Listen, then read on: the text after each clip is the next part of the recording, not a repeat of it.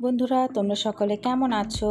আজকে আমি তোমাদের সাথে শেয়ার করছি একটা কিন্তু দারুণ মুচমুচে এবং সেই সাথে ঝাল টক জাতীয় খাবার যারা পছন্দ করো তাদের জন্য একটা দারুণ একটা মাখানো শেয়ার করছি। সেটা হচ্ছে চিড়ে ভাজা মাখানো।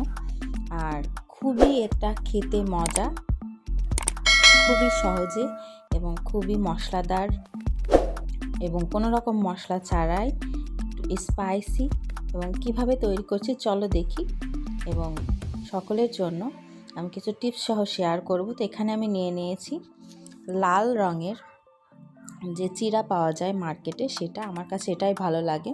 আমার মনে হয় সাদা যে চিড়াটা সেটার থেকে এই চিড়াটার টেস্ট একটু বেশি ভালো। তবে তোমরা যারা সাদা চিড়া নিতে চাও নিতে পারো। তো প্রথমে আগে আমরা কিন্তু চিড়াগুলোকে ভেজে নেব।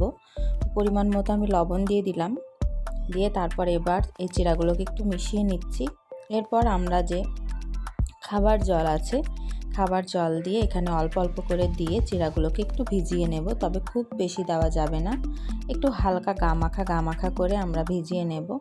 তবে খুব বেশি জল দিলে কিন্তু চিড়াগুলো বেশি জল টেনে নেবে এবং ফুলে উঠবে।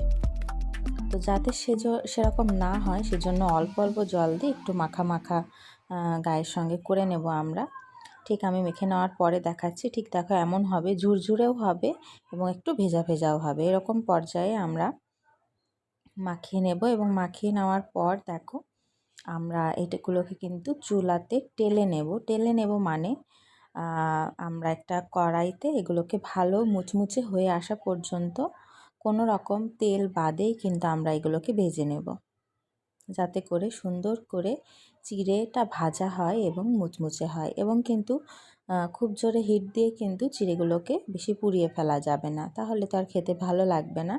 কাজটা একটু সময় নিয়ে করলে একটু ভালো হবে খেতে এবং সেই সাথে চিড়াগুলোও দারুণ মুচমুচে হবে।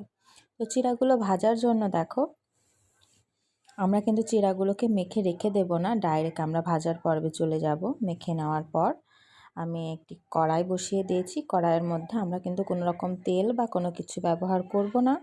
এবার এই পর্যায়ে আমি মেখে রাখা যে চিড়াগুলো সেগুলো দিয়ে দিলাম। দিয়ে তারপর আমরা এগুলোকে অনবরত নাড়তে থাকবো যত সময় পর্যন্ত চিড়াগুলো একটু হালকা লাল কালার এবং মুচমুচে না হয়ে আসছে। তো দেখো খুবই কিন্তু সিম্পল চিড়ে ভাজাটা, আর একটু ধৈর্য নিয়ে এই কাজটা করতে হবে। তার কারণ চিড়া ভাজাটা হতে কিন্তু একটু টাইম লাগে। তবে খুব জোরে হিট দিলে কিন্তু চিড়া মুচমুচে হবে না, কিন্তু চিড়ার গাটা পুড়ে যাবে। তো এই জন্য অবশ্যই আমি বলবো যে একটু আস্তে আস্তে নেড়ে চেড়ে এবং একটু বেশি সময় নিয়ে চিড়াগুলোকে মুচমুচে হয়ে আসা পর্যন্ত ভেজে নাও। অনেকটা সময় ভেজে নেওয়ার পর দেখো আমাদের চিড়া ভাজাগুলো রেডি। এবার আমরা নামিয়ে নেব। ঠিক এরকম হবে। এবার আমরা দেখো চিড়াগুলোকে একটি পাত্রে নামিয়ে নিয়েছি। তারপর আমরা এবার যতটুকু মাখাবো ঠিক একদম পারফেক্ট মুচমুচে, আর গরম থাকা অবস্থাতেই কিন্তু একটি পাত্রে রাখা যাবে না। এইভাবে তোমরা চিড়াটাকে একটু ঠান্ডা হয়ে যাওয়ার পর একটা কৌটায় রেখে কিন্তু অনেক দিন পর্যন্ত সংরক্ষণ করে মাঝে মাঝে এভাবে মাখিয়ে বা এমনিও খেতে পারো, অনেক ভালো লাগে। আরও অনেক সময় দেখা যায় আমরা ঘরে যখন তো চিড়ে কিনে রাখি, অনেক দিন পর দেখা যায় যে এটা গন্ধ হয়ে যাচ্ছে, তখন কিন্তু আমরা এভাবে চিড়াগুলো ভেজে নিয়ে আমরা কিন্তু বিভিন্নভাবে খেতে পারবো।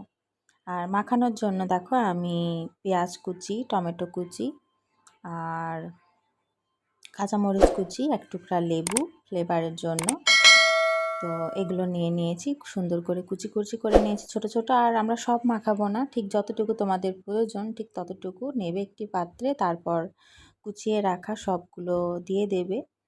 আমি সব দিয়ে দিয়েছি। এবার এর মধ্যে দিয়ে দেবো ভাজা মানে চানাচুর। যারা চানাচুরটা পছন্দ করো তারা অবশ্যই আমি বলবো চানাচুরটা এখানে দেবে। চানাচুরটা না দিলে আসলে অনেকটাই একটু কি বলবো ভালো লাগে না। চানাচুরটা দিলে পরে এর টেস্টটা আরও দ্বিগুণ বেড়ে যায়।